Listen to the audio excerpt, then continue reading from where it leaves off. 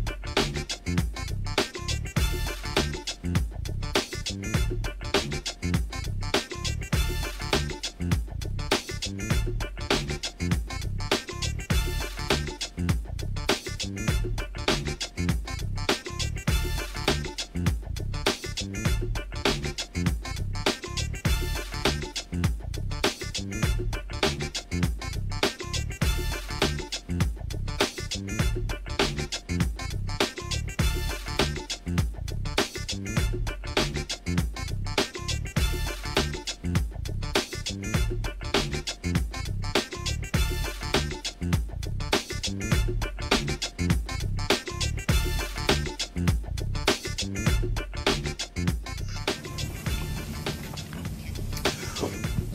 folks, Roland Martin here, broadcasting live from Georgia Southern University, here of course in Savannah, Georgia. Coming up on Roland Martin Unfiltered for this day, Wednesday, January 30th, 2019. More details in the attack on Empire actor Jussie Smollett. We'll have the latest on that particular case. Also, Atlanta police chase a suspected robber, cornered him in a closet, shot him to death. The NAACP, they have lots of questions as to what took place. The head of the Atlanta NAACP will join us right here on the show.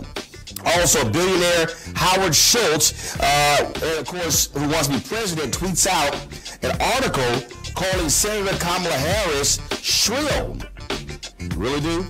Also, Senator Elizabeth Warren, Pocahontas. What the hell is he trying to do? Also, folks, MSNBC's Craig Melvin calls BS on Franklin Graham, saying Donald Trump doesn't lie. Folks, wait until you hear what Graham had to say. Really, dude? Donald Trump doesn't lie? Come on.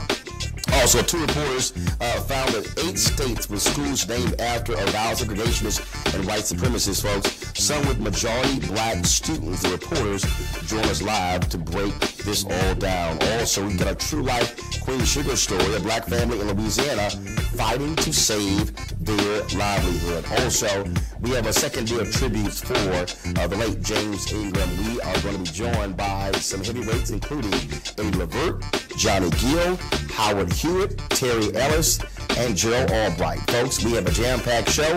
It's time to bring the funk on Roland Martin Unfiltered. Let's go. Whatever the biz, he's on it. Whatever it is, he's got the scoop, the fact, the find.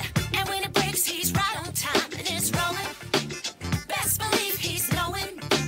Putting it down from sports to news to politics. With entertainment just for kicks, he's rolling. It's on go, y'all. It's Roland Martin, yeah. Rolling with Roland now.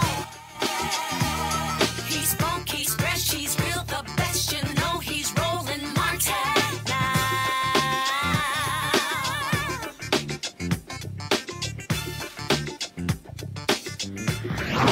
Martin. All right, folks, we're getting more details on the racist and homophobic attack against Empire actor Jussie Smollett. The Hollywood Reporter, of course, they reported that Smollett told them that his attackers made "Make America Great Again" comments. And so Chicago police confirm that particular report from the Hollywood Reporter. Also, we know that the chemical poured on Jussie Smollett was bleach. Now, Chicago police say they have looked at hundreds of hours of surveillance tape and have yet to find any video of the attack. Now, they're still looking, and of course, we're talking about Chicago Police Department after all.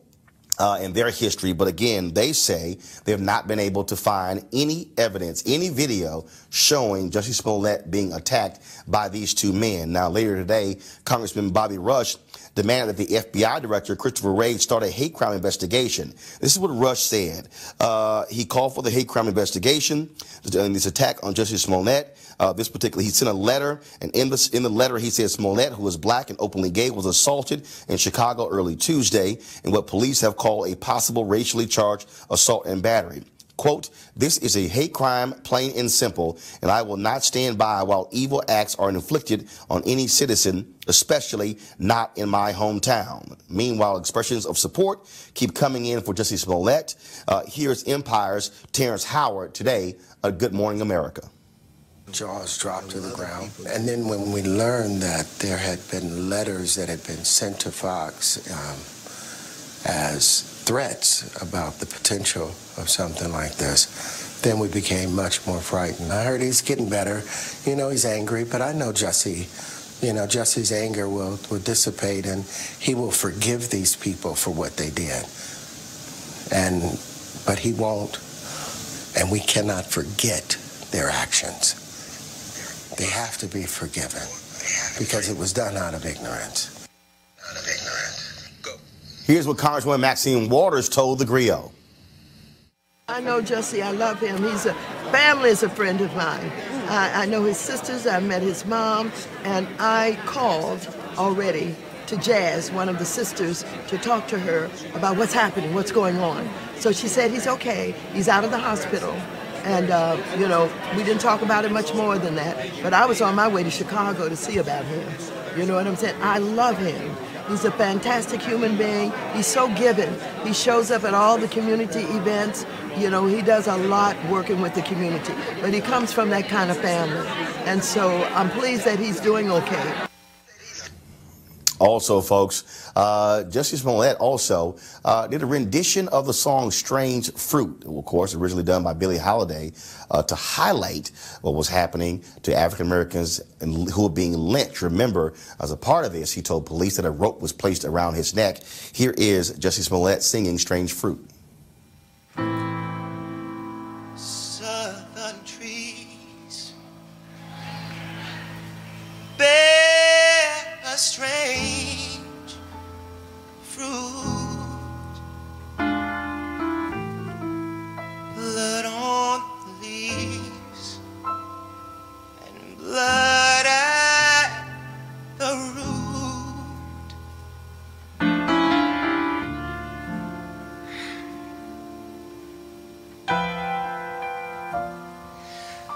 Black bodies swinging in the southern breeze, strange fruit hanging from the poplar trees. All right, folks, we're bringing my panel now. Cleo Monago, of course, social political analyst and activist. Also, Dr. Julian Malveaux, economist and president emerita of Bennett College. And Malik Abdul, Republican communications consultant. Cleo, I want to start with you. There are a lot of folks who are already starting to say, oh, this could be fake. This could not be real. Chicago police are saying they looked at hundreds of hours of video. They don't see any sort of thing on here showing he was attacked. And so to folks to begin to call into question the credibility of Jussie Smollett, I've had folks hitting me on social media saying, oh, we've seen this before. Don't get too far ahead of yourselves. This could be fake. Oh, please. I doubt very seriously if Mr. Smollett would invent something like this. I mean, usually people who are hateful and insecure and who have some type of hidden agenda does things like this. But I've been in his presence. We never really met officially. We both were at an awards ceremony last year that we both won awards at, but we didn't get a chance to talk because I had to leave. But the bottom line is that this dude, like Maxine said, is in the community. 1 second. Hold on, Cleo. I'm having some issues with your audio. Let me go to Julian Malveaux. Julian? This is absurd that anybody would make this up. This brother is of such a stature that he has no need to make this up. We've seen fake fools before. Let me say that again. We've seen fake fools before. But usually, as Cleo said, they were insecure. They didn't have anything going for themselves. This was their catapult to fame. He is already famous. He's already helping our community. I'm grateful to him for what he's done for Bennett College for Women. He and his brother, I stand with Bennett. And so, first of all, Roland, do we believe anything that comes out of the mouth of a Chicago policeman? After Laquan McDonald, do we truly, really believe that the Chicago police is capable of doing an appropriate investigation? Thank you, Bobby Rush, for being there. Thank you, Congresswoman Waters, for being there. But, you know, we can just throw Chicago police away and say, if this brother said it happened, we know what happened. Not only do we know what happened, but we must resist this lynching or attempted lynching of yet another black man. Malik? Well, you know, we have to say that, as we always do, that people, you know, who allege any sort of crime or have been victimized, you know, that they should be believed, or they should be heard. I'll say that. You know, I will say that, you know, the story does sound, it goes in some different directions, because as what we were told is that, you know, they were shouting MAGA, and, you know, we found out that that wasn't the case, or maybe it was the case. We really still don't know. But there are some things about this story. No. Here's what we do know. Chicago police do confirm that Jussie Smollett told them that was shouted to him.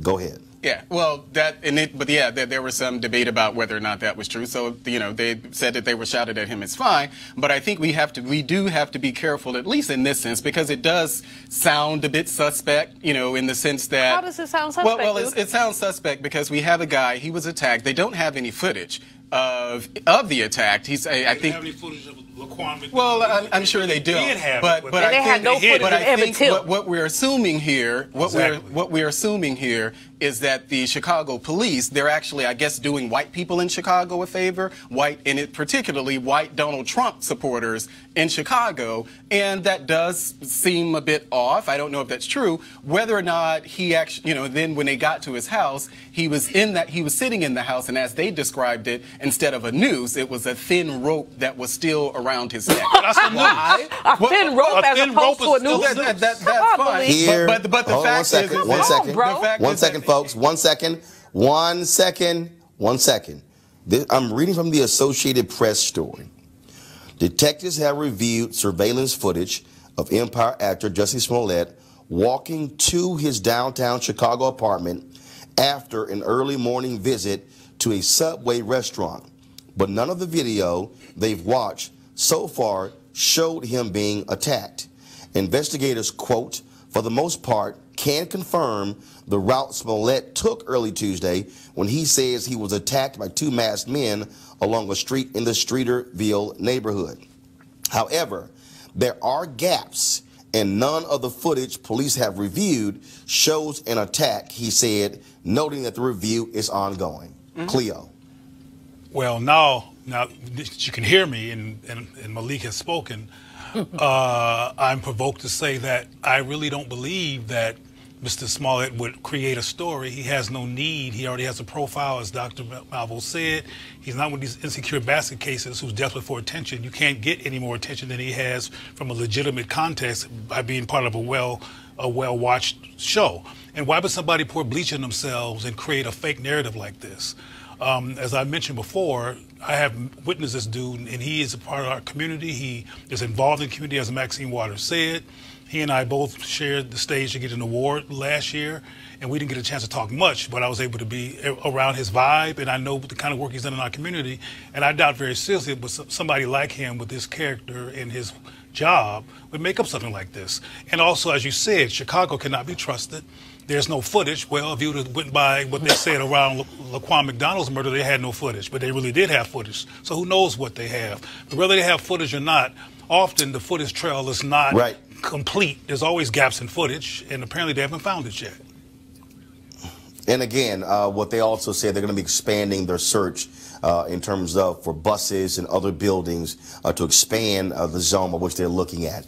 Let's go to our next story, folks, and that is the Super Bowl is in Atlanta this weekend, but the game will be played against the all too frequent backdrop of another problematic police shooting of an apparently unarmed black man in a closet. The NAACP is investigating, and Richard Rose, who is the NAACP president in Atlanta, joins us right now with details. Richard, how you doing? Hello, how are you today? So explain this. First of all, we know one of the reasons why Colin Kaepernick was kneeling and protesting, dealing with police brutality. What's up with this case in Atlanta? Chasing down a black man, shooting and killing him in a closet? Yes, I spoke with the chief of police, who has not provided any details, but the details we've been able to gather indicate that first it was a suspicious arrest. There was an issue over a cell phone, a disagreement. So in response to that, a criminal warrant was issued, and the police apparently descended upon an apartment complex in full military weaponry. A gentleman jumped out of a third-floor window running away, probably a little fearful of his life. They cornered him in a closet of a neighbor's house, and according to witnesses, he came out hands up but was shot in the face by a police officer of Asian descent who reported has had some other issues of violence against black and brown suspects and the community. So at first, I think the policeman was returned to duty, but after some outcry, including from the the district attorney in Fulton County, which is Atlanta. He was relieved of duty, and the investigation is ongoing. And so, obviously, this is unfortunately another case of a black man being shot and killed here. What are the next steps for you and the NAACP?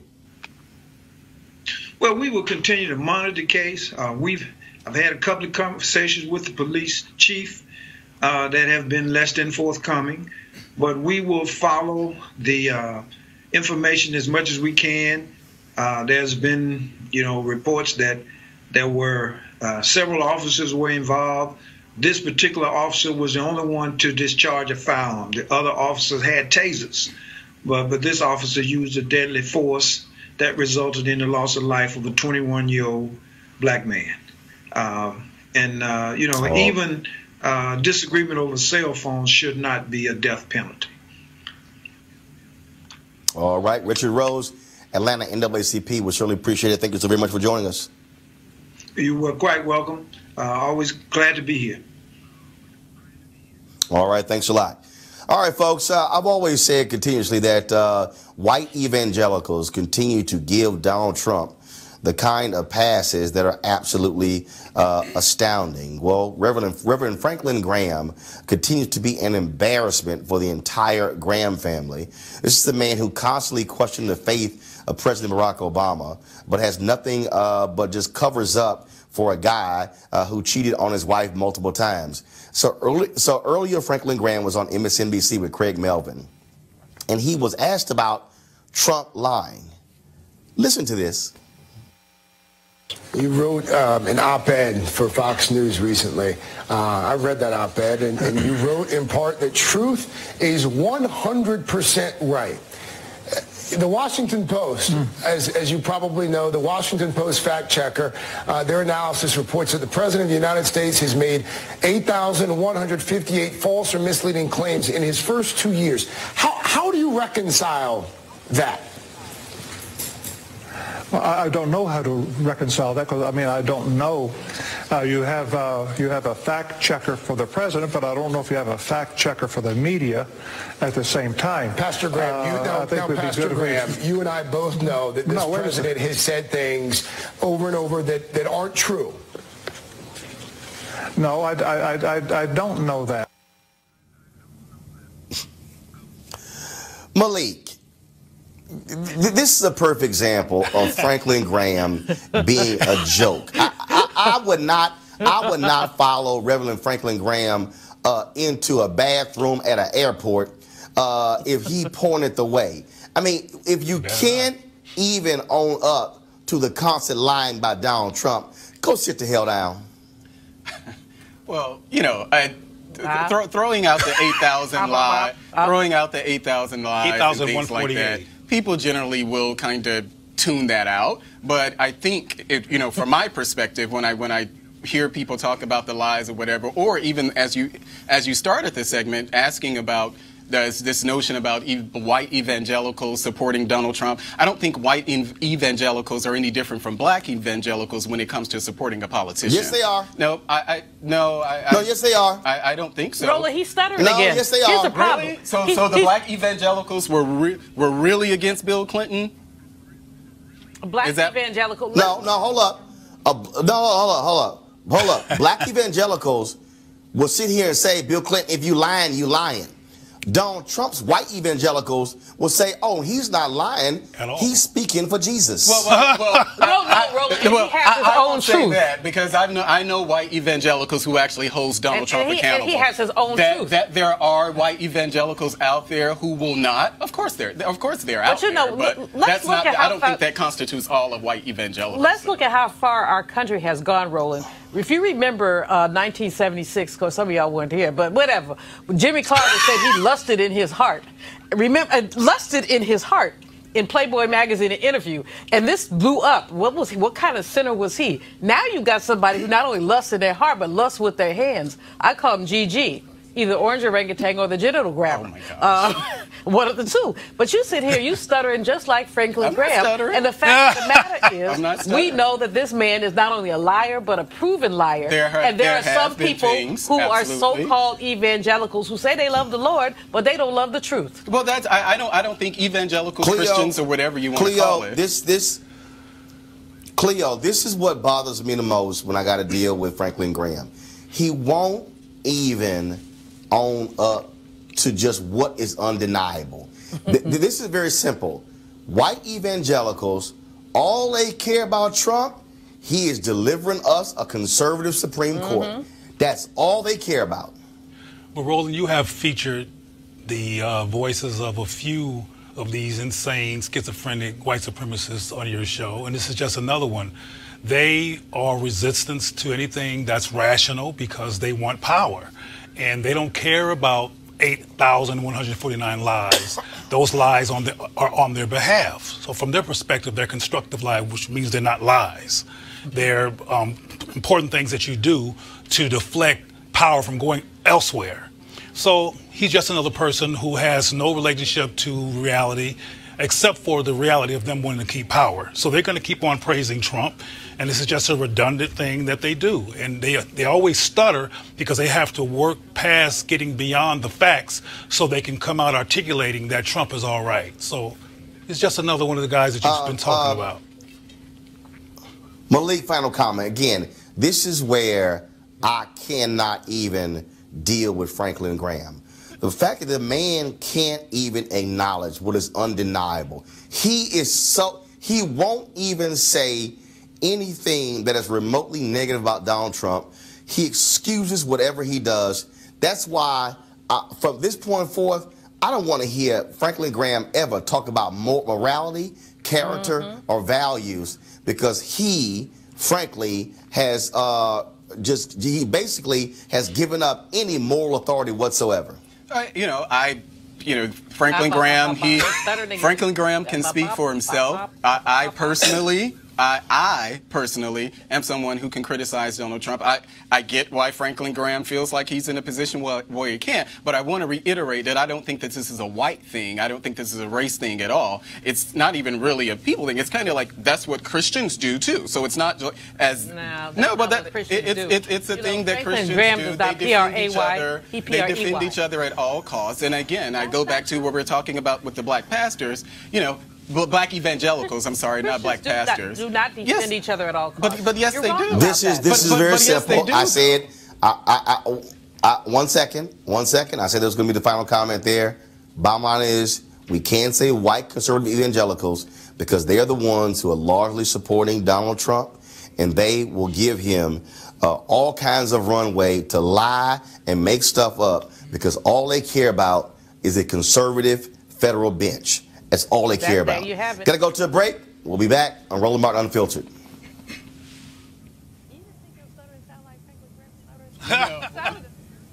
You want to check out Roland Martin Unfiltered?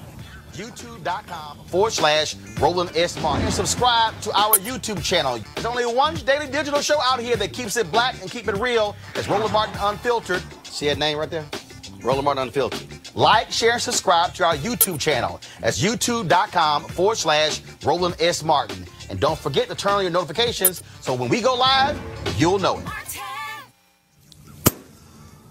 All right, everybody out here in 2019 trying to get healthy and get well and get fit. And so people are trying all kinds of different diets and different things along those lines. Well, what about the D-Herbs Full Body Cleanse? They're one of the partners here for Roland Martin Unfiltered. As I told you, I did the 20-day D-Herbs Cleanse, lost 18 pounds, eating just raw vegetables and fruits and nuts, things along those lines.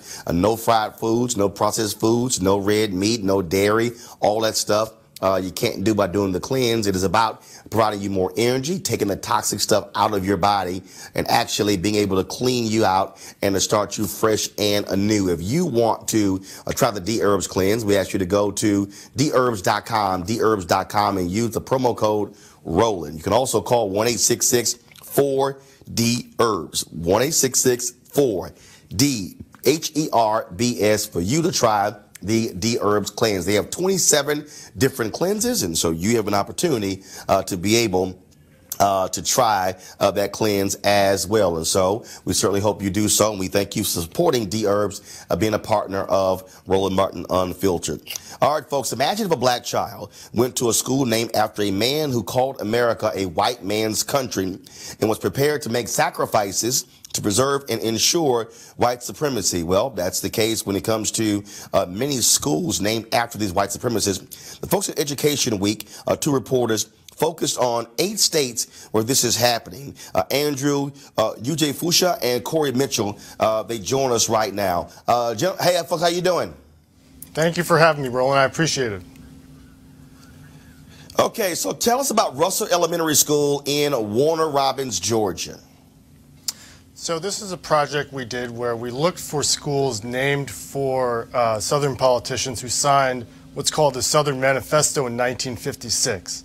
This document basically said that the Brown v. Board of Education decision about segregated schools was illegitimate, and they encouraged Southern states to resist the ruling by any lawful means. So this was a project we did that built on something we did last year where we looked at schools named after Confederate leaders. We found 22 schools across, as you said, 8 states named for politicians who signed that document in 1956. Probably the most famous was Strom Thurmond in South Carolina, who served in the Senate for close to 5 decades, along with Richard Russell, for whom Russell Elementary School is named, and others as well. And look, I mean, these are absolute supremacists. These are people who are racist or bigoted. And to have our kids having to go to school with these folks, let's keep in mind, it was after the Brown versus Board of Education decision when many of these schools were named after these Confederate generals and these white supremacists. Yeah, that's right. And I think that people have pointed out to me in the course of working on this story that, look, it's maybe inappropriate for black children, but also for white children, for any child, to be attending schools named after people who held those views and who held a lot of power. I think some people feel that way, and you know, it's also possible that a lot of the children who go to these schools don't know who these men are. It's just a name on a building to them. So, you know, it's hard to tell on a community-by-community basis how well these men are known and what kind of controversy it might cause in the community if this person's record became better known. So let's pull up this graphic here, folks.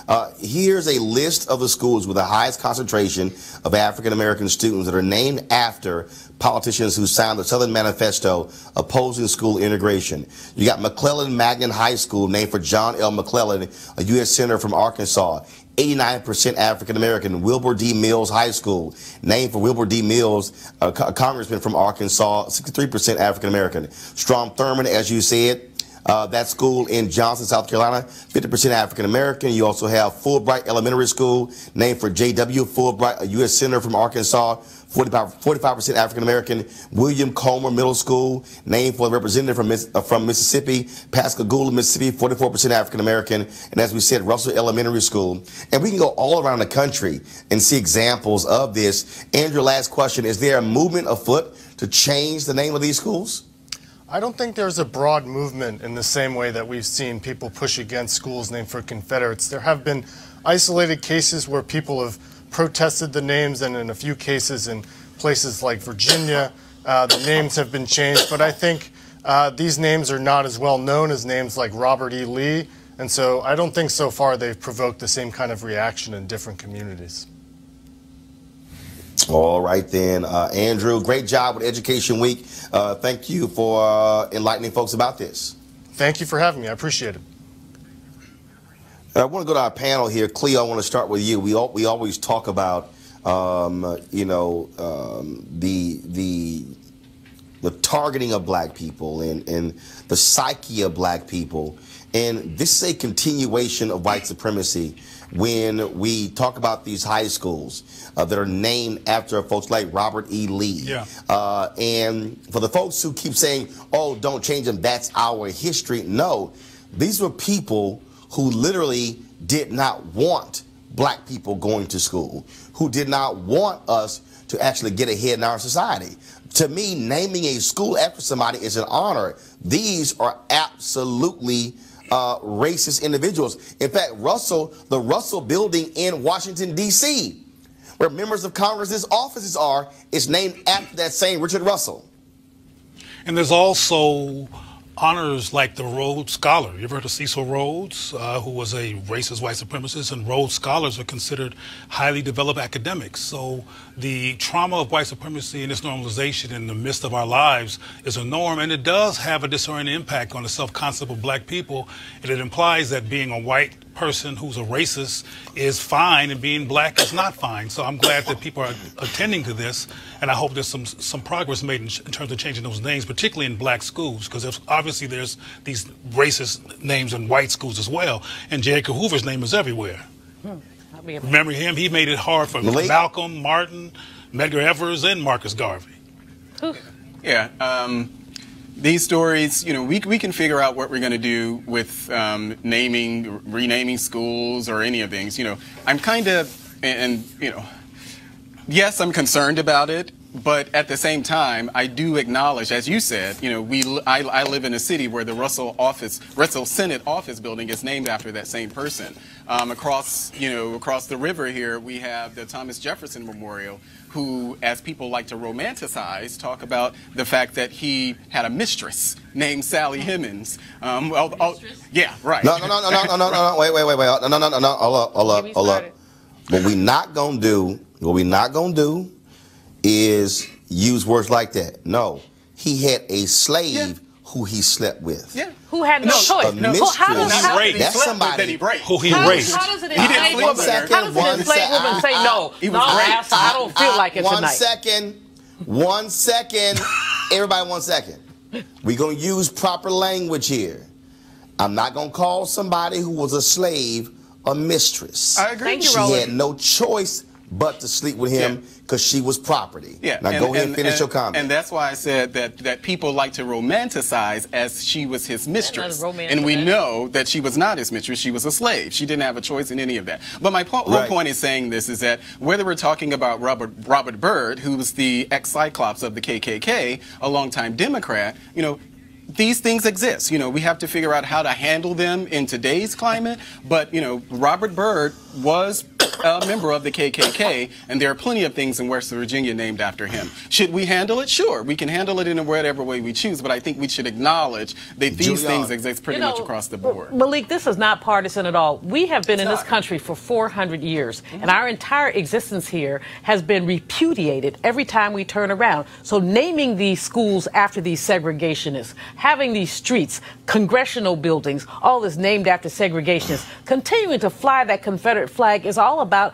repudiating the African presence. So for you to sit up here and refuse and try to make jokes about romance, there has been no romance. I didn't make a joke about romance. I'm telling you what people have said Baby about boy, it. I'm not making that. You use the word romance.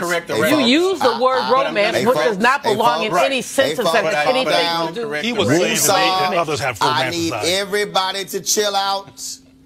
Thank you very much. I'm still rolling, but let's be clear about the enslavement of African American women. Julian, Yes, I'm real clear. It's my show. Yes, everybody sir. calm down. I'm calm. Got it. I got to go to the next story. Great news coming out of Bennett College as we approach Friday's deadline for them to raise $5 million.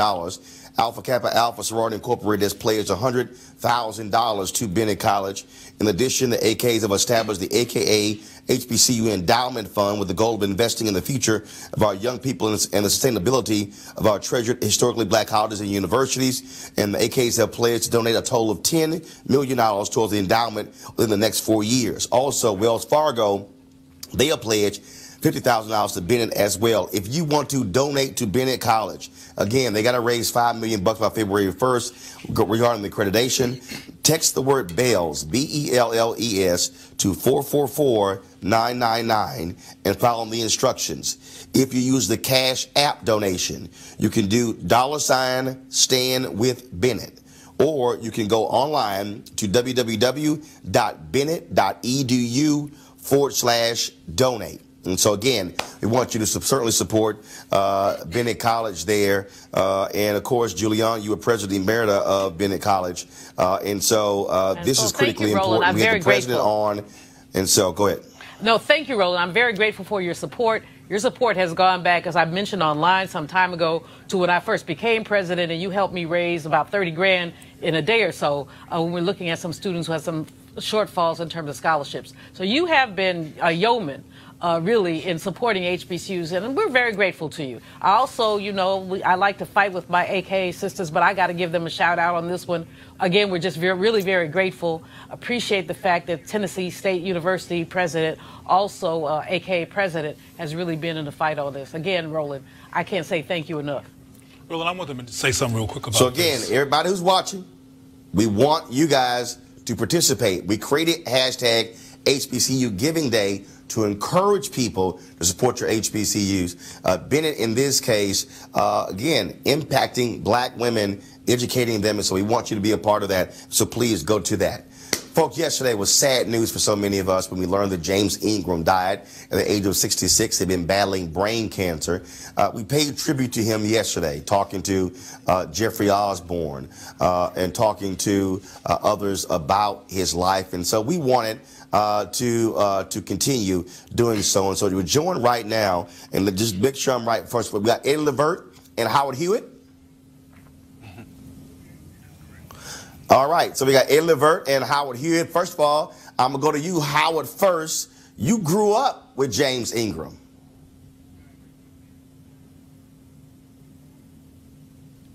Okay, I can't hear Howard, guys. Is he there? I'm here. Okay, Howard. All right, so Howard, I'm here. you've known James for a long time. Howard, you guys grew up together, right? Can you hear me? I can hear you, Howard.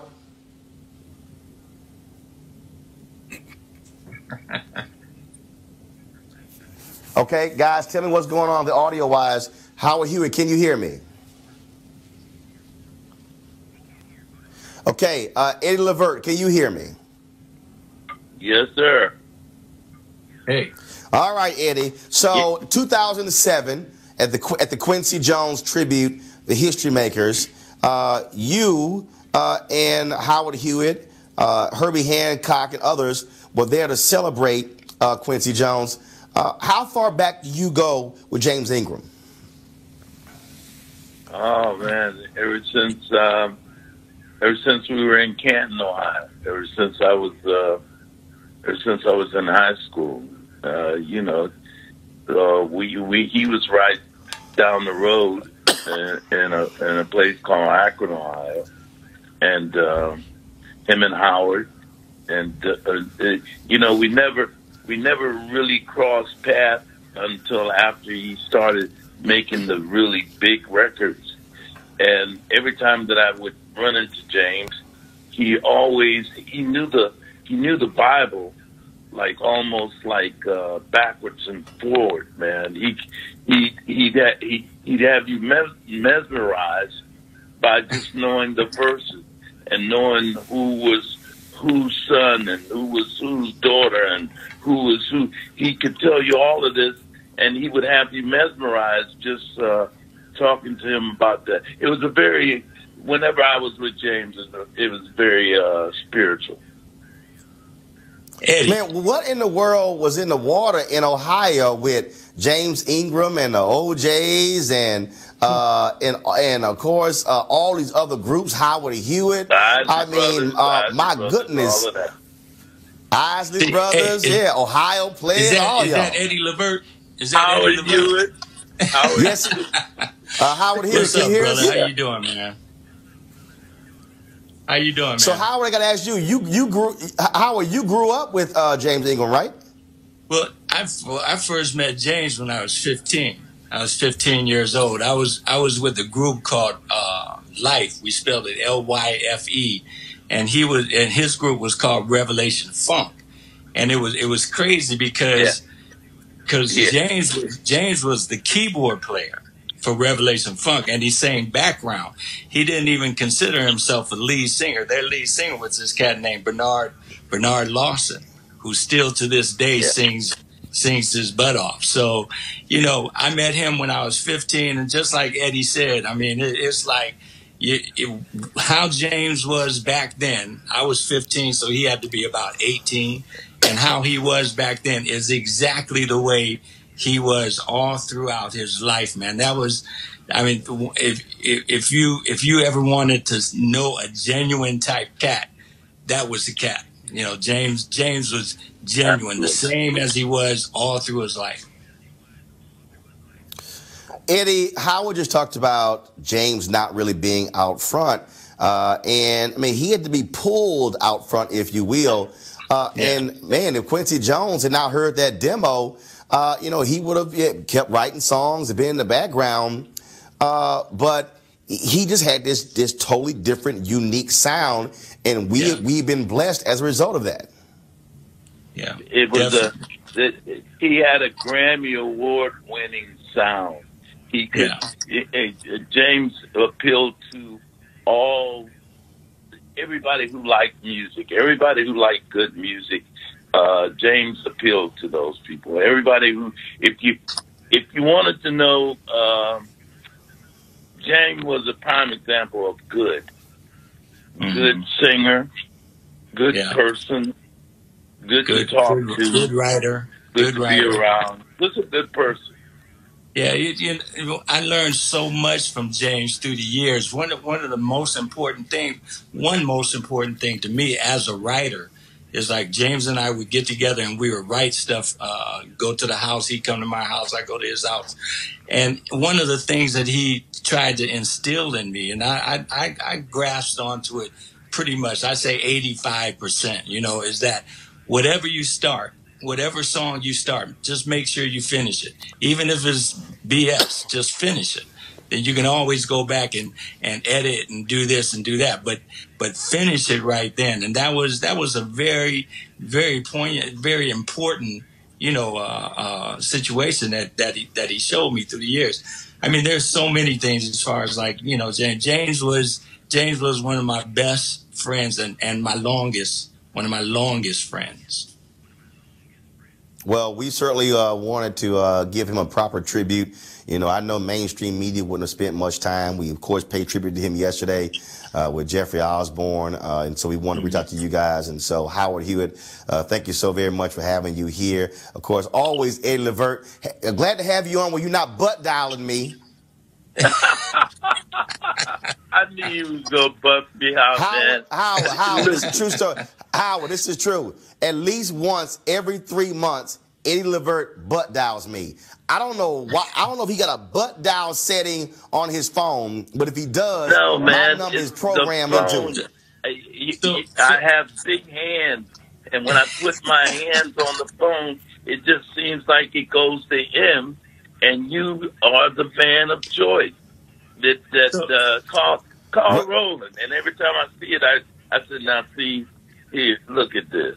He thinks I really like him. So Roland, the first time I met you, Roland, you were in a full court jester outfit. Well, I'm going to be clean now. Let's be clear. Let's be clear. I will be clean. But, you can call it that. Hold up, Eddie Levert. I got video of you in a lime green suit on stage. You shouldn't be talking about clothes right now. I gotta go. But remember, key word there now.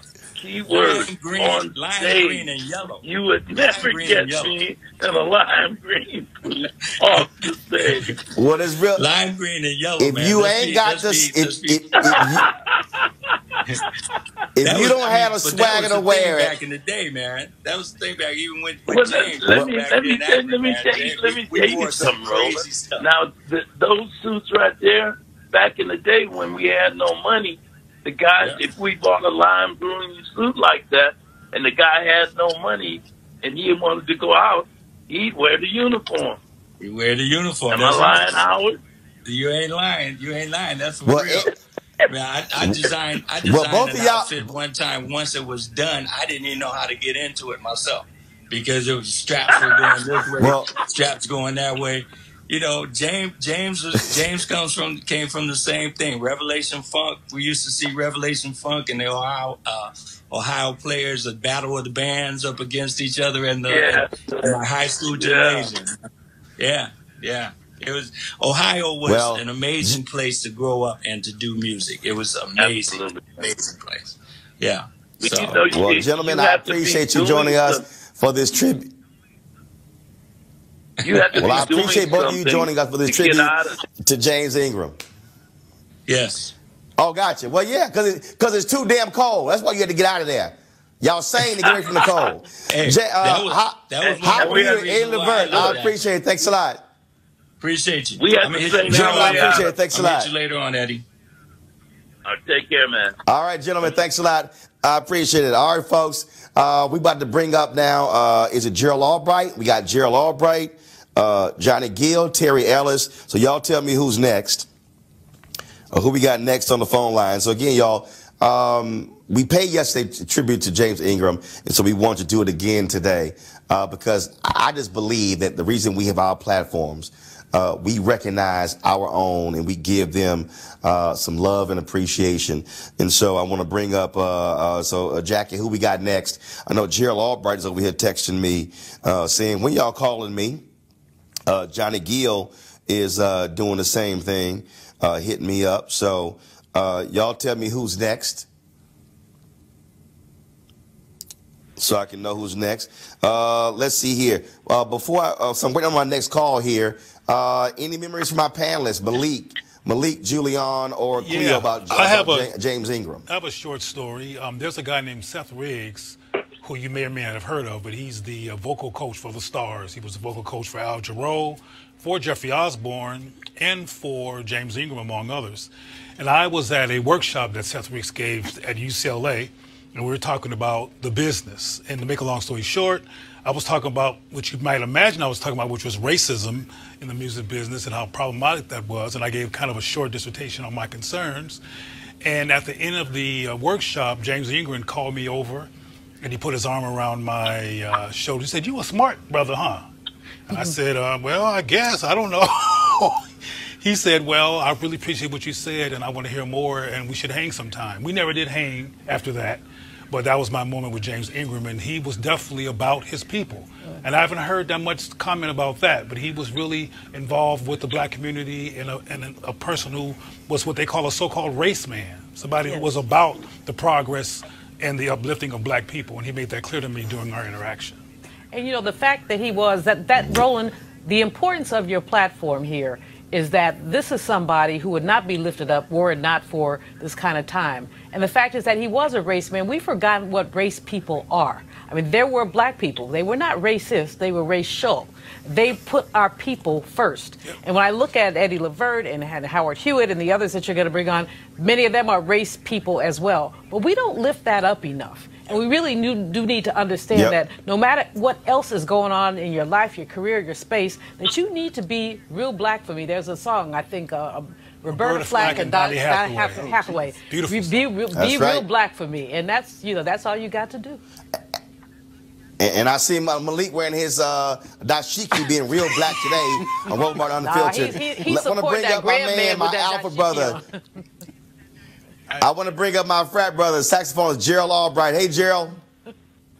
Hey, Roland. How you doing? Hello, everybody. Hello, Gerald. Hey. Doing great, man. Hate to call you under these circumstances, but we're celebrating the life and legacy of James Ingram. Just share your thoughts about your longtime friend. Well, I truly missed him when I got the news yesterday. It was a blow, a big blow for me, and actually a double blow for the family, because I also found out that he lost his brother David only a month ago, and so the family is definitely suffering. But in terms of James, just one of the finest vocalists that I've had a chance to know. There's not a purer voice like him. He was just so very, very talented, and I haven't seen him in years because, you know, I moved to Denver, Colorado in 2005. But when I lived in L.A. as a sideman, I got a chance to be on some television shows with him and award shows and things, and my mouth would drop every time he opened his mouth to sing, man. He was just incredible, a great family man, just a great person, man. I'm glad to have known him. All right, then. Well, I definitely wanted to get you on the show to share your thoughts about James Ingram. And your favorite James Ingram song, last question, your favorite song from James Ingram? Now, Roland, you know, that's the hardest question of the day right now. It's too many hits. But if I had to narrow it down, I would probably say, Just Once. Just Once was probably number one. But, you know, then there's 100 Ways, too, and I Don't Have a Heart. I mean, it's hard to narrow it down. But what's real interesting is I was on social media yesterday, and I ran across some footage of Brian McKnight doing a tribute to him from his home, and he was just singing some of his hits, James Ingram's hits, and giving some thoughts about James, and it just really took me back to those memories of when I first heard those tunes, man, and like I said, just too many hits, and just a fine musician as well, great keyboardist. He will be truly missed. All right. Gerald Albright, we surely appreciate it, man. Thank you so very much. And folks, be sure to get Gerald's CD 30, celebrating his 30 years in music. Thanks a lot, Frat. My pleasure, Frat. All the best. Bye-bye. All right, then. And folks, real quick, we're going to pull up Terry Ellis of En Vogue. Going to get her on the phone real quick. Malik, your favorite James Ingram song? I Don't Have the Heart. I don't, and I will admit that I don't, you know, he's probably a bit, you know, before my time a bit, and I know that my mom was a big fan of James Ingram, but I think man, probably... you know what? Hold on, stop. You know what? Can all these people stop with this stuff about before my time? Look, classic music, there is no such thing as before my time. So, for instance, I was 4 during in 1972, but I definitely can jam the Philadelphia sound or the Motown sound. I listen to blues, all that sort of stuff. So all that before my time, man, that don't even exist. But Roland, you came from a period of real music. See, he's closer to the period of fake music. So he don't really know nothing about this real music. But speaking of James Ingram, I'm a funketeer, so I like Mississippi. Yeah, but they have fake music in Mississippi too. Yeah. And let me be nice to Malik. He has on a dashiki, bless his heart. But anyway, I like music. Speaking of James Ingram, I like. Hold on, one second. Speaking of real music, I got to go with my girl from H-Town, Terry Ellis of En Vogue. Hey, Terry. Hey, I'm hearing this conversation. Hey, darling. Well, you know, always good to have you. I don't have. Yeah, that was Malik. He know that. I'm in class. Come on now. So I don't have much time because I'm literally about to go give a speech at Georgia Southern University. But Terry, I just want to get your thoughts on the passing of James Ingram. Oh my gosh, I was devastated because I just growing up with him. Speaking of before my time, and I agree with you, Roland. Good music is not for your time. It's what inspired me to even want to be in the business and to sing. In 1983, I was doing How Do You Keep the Music Playing with Ricky LaFontaine at Prairie View A&M University. That was my first introduction to James Ingram, and I was so blown away by his just golden, silky, soulful voice. You know, you haven't heard anything else like it since. And then in 1985, he sang at my best friend's wedding, Holly Robinson Peete. 100 Ways, I'll never forget it. When I tell you, all of us there almost lost our minds. It was incredible. And then in 2004, En Vogue had the opportunity to tour with him and Peebo Bryson and Marilyn McCoo for a Christmas tour. Wow.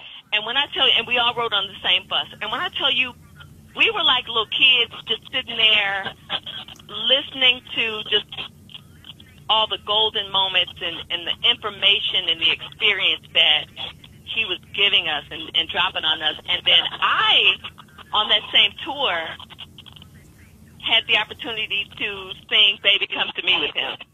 So, you know, that was it for me. That was an absolute dream come true. And when I tell you, just being on stage, singing that song with him, I was almost speechless every night. Every night. I learned so much from him.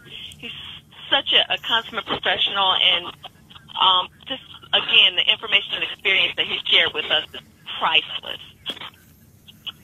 Well, that's one of the reasons why we wanted to pay tribute to the great James Ingram, dead at the age of 66 due to brain cancer. Terry, it's always good chatting with you. Thank you so very much for sharing your memories with us. Yes. Thanks so much, Thanks love. for Thanks a having lot. me. All right. Thank you, Cleo, Julian, Malik. I appreciate y'all as well. I've got to go. The program has started here at Georgia Southern University. This is their MLK program, and so I'm about to share a few words with the students here.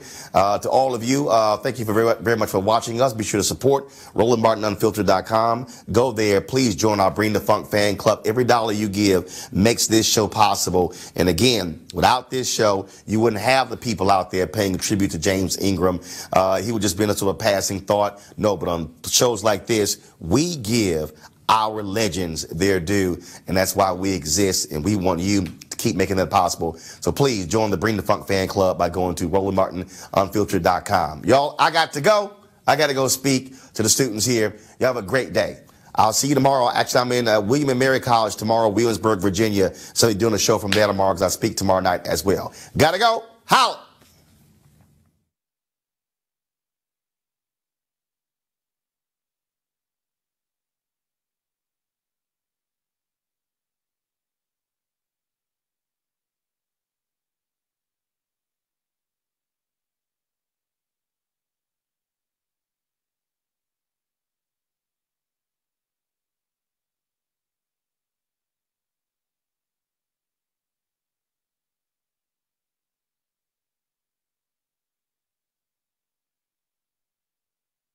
Hey fam, want to check out Roland Martin Unfiltered, the blackest show on all of digital, cable, and broadcast. Check out our audio podcast.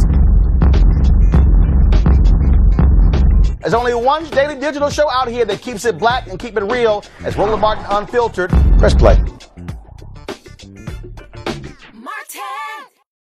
You want to support Roland Martin Unfiltered?